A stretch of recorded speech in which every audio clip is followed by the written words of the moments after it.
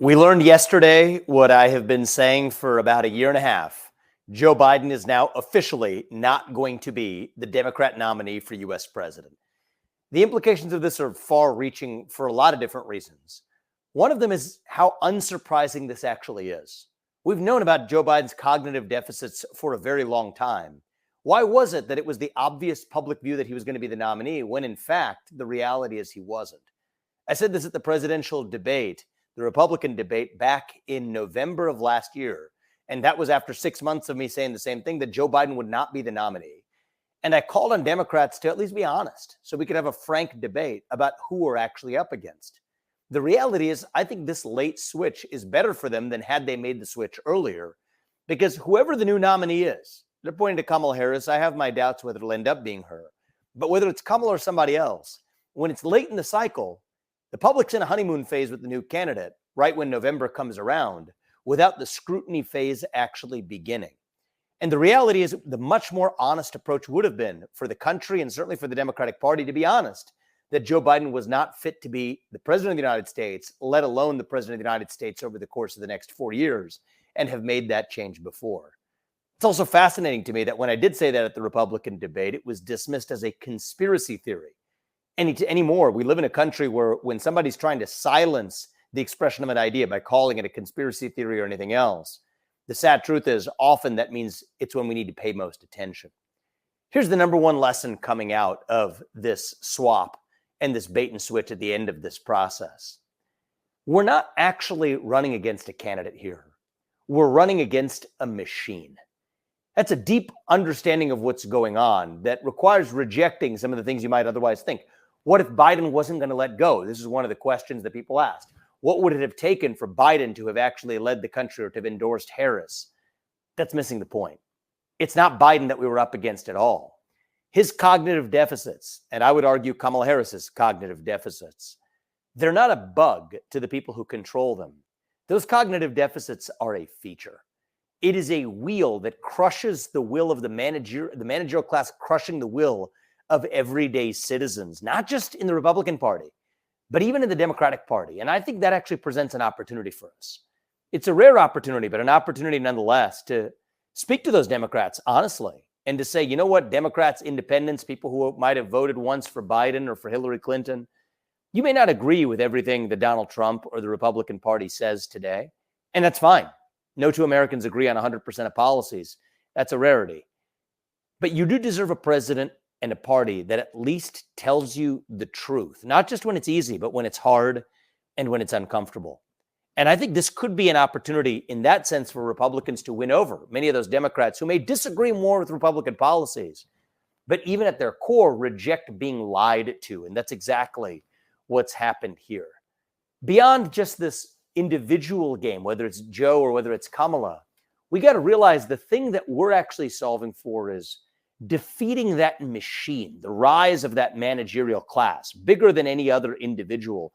It embodies the philosophy of what the modern left is really about. It's not about individual agency. It's that collective will. That's what this machine really is about. The people we elect to run the government, be it Joe Biden, now they're trying for Kamala Harris or anybody else. The people we elect to run the government are effectively not the ones who actually run the government anymore. That's really what we're running against. That's what we're running to defeat. That's the system we're running to break. That's what the deep state is really about. This is about the unelected managerial, you could call them elites, you could call them bureaucrats, you could call them monarchs, who have no accountability to the people, but whose decisions are actually most impactful on how citizens live their lives. Now, for my part, I am personally rooting for, and I think this should be true for all Republicans, that we're rooting for the Democrats to actually put up the best possible nominee that they can. I know that might sound a little counterintuitive, but I think that'll be good for the country. It'll be good for the Democratic Party.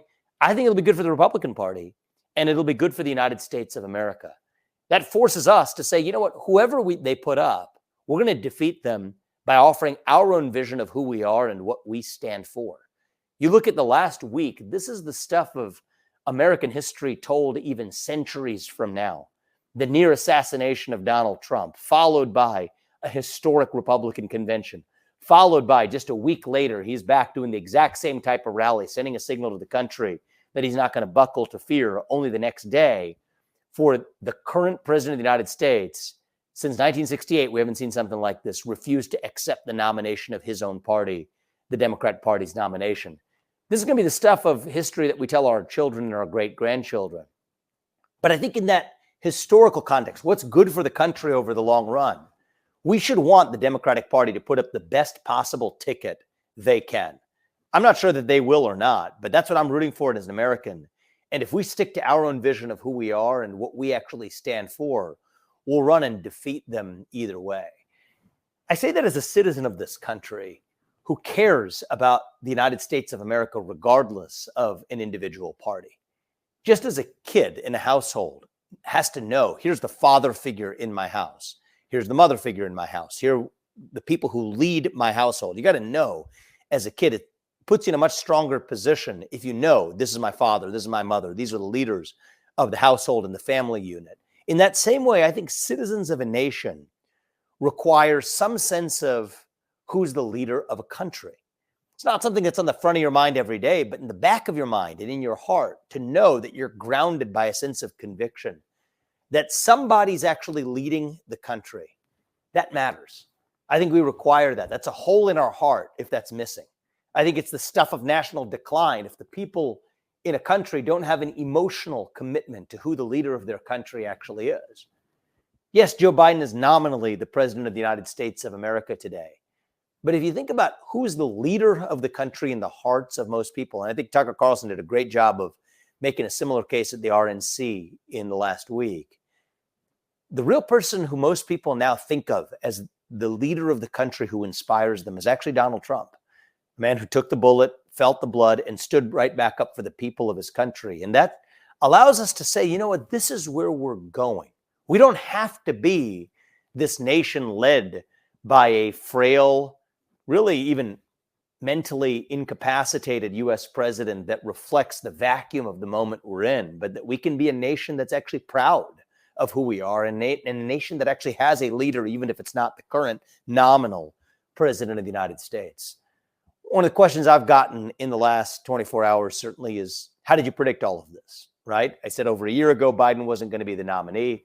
I said further that it was going to take place after the Republican convention. This is exactly what the Democrats, I believe, want. Have the vice president picked on the Republican ticket, have the Republicans celebrate their victory on the back of that to be able to pull a bait and switch operation that actually takes a sprint to the finish line in November, confuse the public about what Republican policies are, and hope to win the election that way.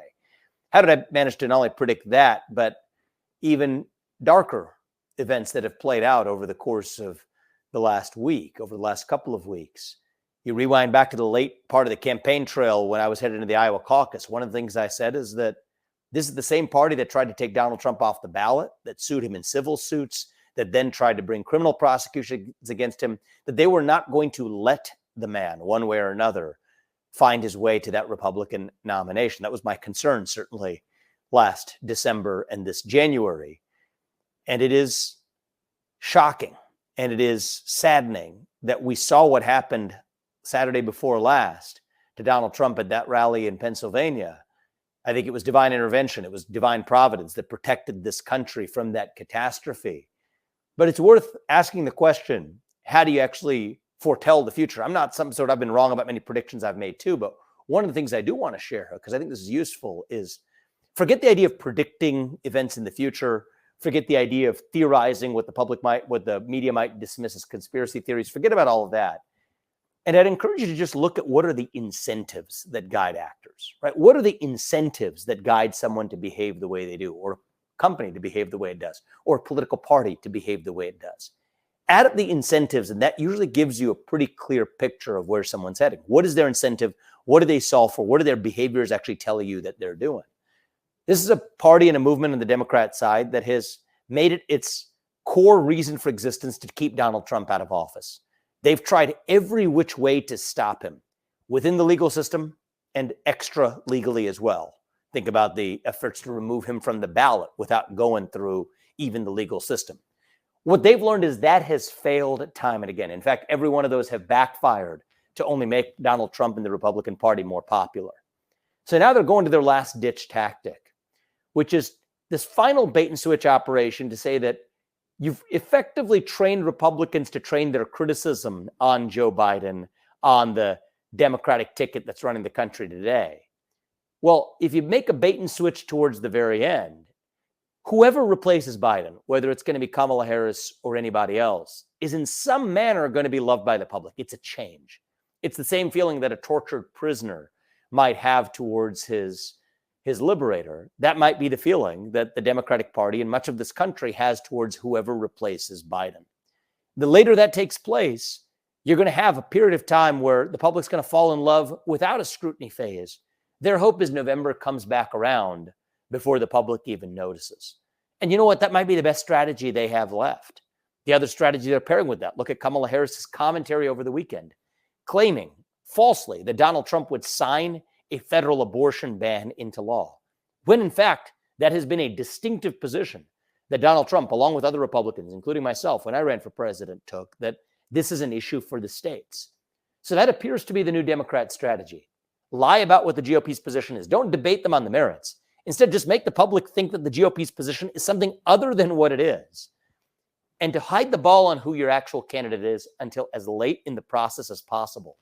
Hopefully that creates one giant collective deflection that creates a last-minute shift in energy and momentum. And you know what? They're rooting for the same pattern they got in 2018, 2020, and 2022, which is the illusion of a red wave that never comes. Our job is to make sure they're not right about that. History will unfold, and we're going to decide. We're going to see what actually ends up unfolding for the United States. But I'm rooting for something different here. I'm rooting for a revival of not just the Republican Party, but the revival of our national values. And that's how we get this done. It's not by focusing on the shenanigans on the other side. There's a temptation, a trap, to be pulled in and focus on what the Democrats' next move is. Who's going to be the president or the vice president, who they're going to pair. I think if it's Kamala Harris, a guy like Josh Shapiro is a likely VP. If it's not Kamala Harris, it's got to be somebody who checks those same identity politic boxes while rising above the party infighting. I don't think someone like Michelle Obama is still off the table. But the temptation is to focus our attention on that rather than what's far more important, which is answering the question of who we are, not just as Republicans, who we are as Americans and what we stand for in this monumental moment in American history. Do we believe the ideals of the American Revolution actually still exist, or don't we? It's been said that sometimes, you know what, we may not have a country where people are willing to fight for those ideals. I disagree with that.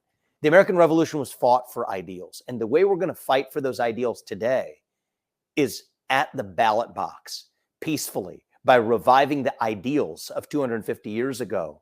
Channel that energy in a positive way this time to do nothing more than to vote for the person who's going to make you more proud of being a citizen of this country, to revive the ideals of free speech and open debate, to say that's how we settle our differences in a constitutional republic, not through the legal system or through force. The basic idea that the people we elect to run the government should once again be the ones who actually run the government, not the shadow government in the unelected bureaucracy, both of the deep state in Washington, D.C., and the managerial class of, say, the modern Democratic Party. The idea of merit, that the best person gets the job regardless of their race and gender. Ask yourself honestly, do you think that's why Kamala Harris got the job because of merit? Of course she didn't. It was on the basis of a modern group identity fixation that has really lost the essence of this country. Merit, free speech, self-governance, the rule of law. These are the basic ideals that bind us together across our skin-deep differences, even across our partisan differences. And this is a rare moment in American history that we have. We live in a historic time. The events that have unfolded over the last week and a half are unlike those we have seen in my lifetime. We have an opportunity in this historic moment to revive those historic ideals. And if we do, you know what? It doesn't matter which puppet the Democrats put up next. The temptations to focus on that, that's a trap. Avoid that trap and instead redirect that attention to actually define our ideals, why we believe in those ideals, and why we still are committed to them as we were in 1776. And I think if we do, 2024 will mark the year where we turn the page on a toxic chapter of our national history. We saw the desire for that at the Republican convention last week. It was a unique convention. It was a convention of not just unity within a party, but a hunger for national unity as well. And that's the kind of national unity I actually want, not some fake artificial astroturf kind, but the real thing. grounded in a country where, yes, we will deeply have our disagreements, but nonetheless, in spite of those disagreements, we're still committed to giving every American the chance to express their views. That's part of who we are. And I think that's how we're going to save this country, not by focusing on the political horse race antics that might be the temptation in the wake of news of the kind we had yesterday. Thanks a lot, and I'll be saying much more to come.